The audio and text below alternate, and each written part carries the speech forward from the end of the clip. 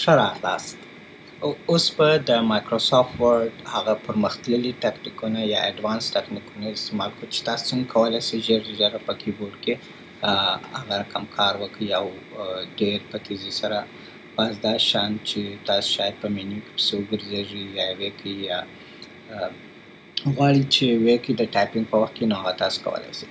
مثلا 1 2 3 4 5 6 دا 6 رقم اخري تاسو کولی شئ چې په کیبورډ باندې په خپله ژر تر ژره جوړې کړئ. زه به دا ډیلیټ کړم. رابسو دلته لومړی که زه غواړم چې ساده خطه کش کړم 3 وارې منفي انټر تاسو کولی شئ ساده خطه په انډرسکور 3 وارې انډرسکور ووهئ یا 3 یا 3 ډېر لږ تر لږه باید 3 وال شوي بیا تاسو کولی شئ چې یو څه پنډه خطه بیا که چیرې دا غواړئ چې دویلي کې کش کړئ نو د مساوي 3 یا 3 څخه ډېر وکړئ.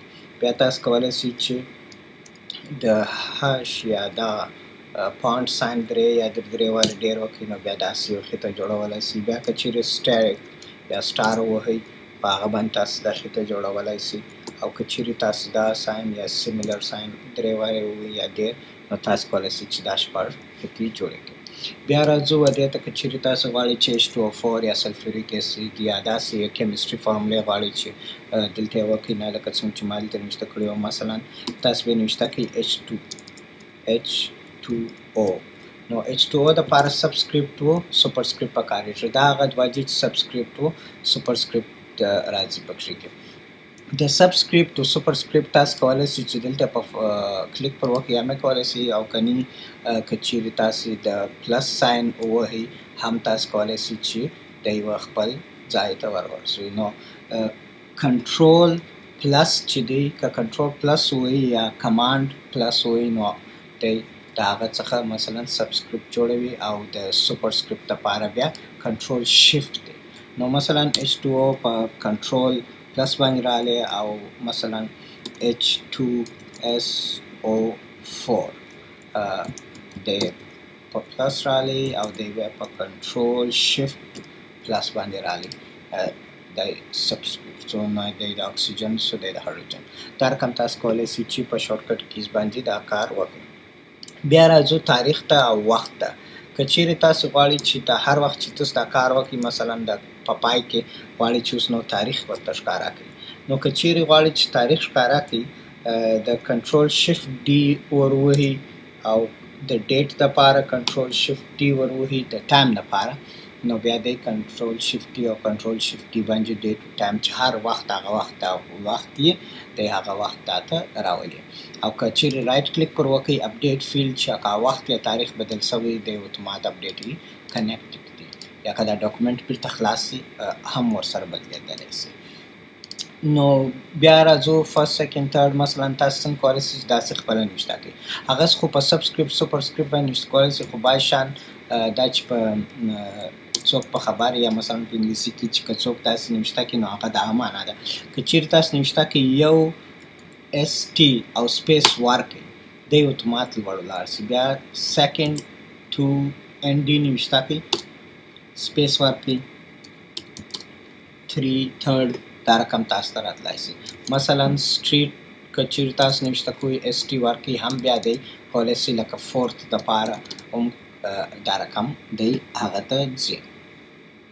بیا راځو ودې ته مثلا دا د هاف نښان څنګه ورکړو دا اوټو کېږي خپله.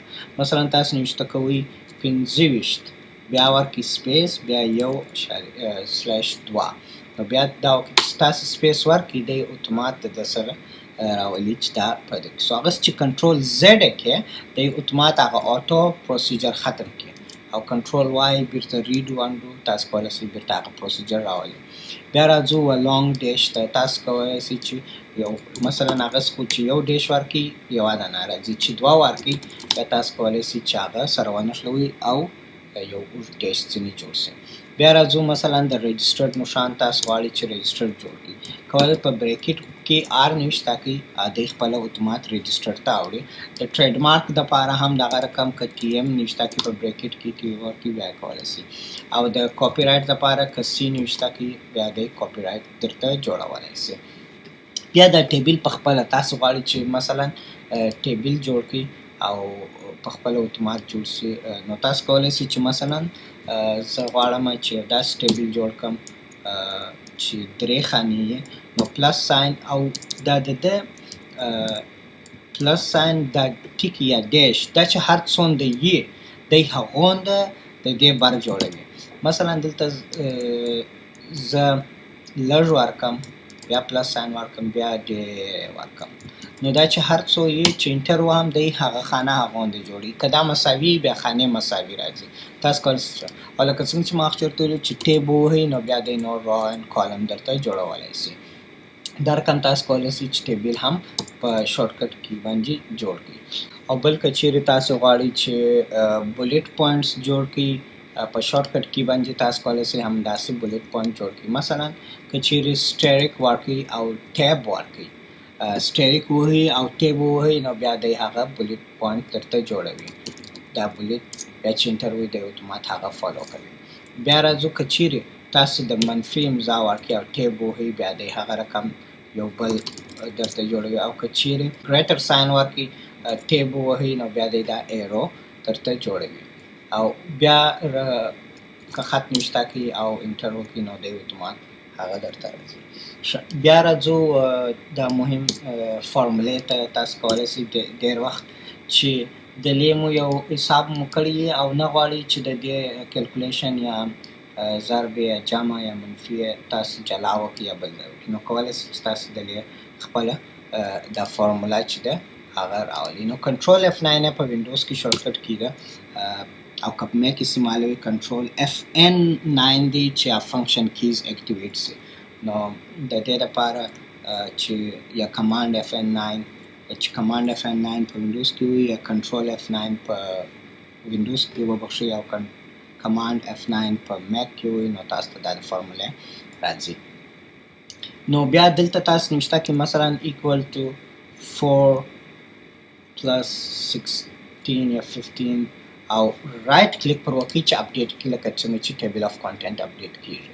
رائټ کلیک اپډیټ کړه دا هغه جواب اتومات راځي. تاسو داسې کولی شئ چې په خپله هر کم خط مو مشکل د هغه لپاره کوم چیرې غوښتله چې حساب یې ښکاره کړي چې جمله څو سوله، نو تاسو داسې کولی شئ چې فارموله کار کړئ او یې. بیا راځو دا ایروز ته. دا ټوله دا ایرو چې ده هغه داسې ایکول او داسې جوړېږي درته. زه به بیرته انډو کړم تاسو به ووینئ. بیا ایکول 2 ماینس زه به بیرته انډو کړم او بیا دی انډو او دی انډرسکور دی ایکول انډو دی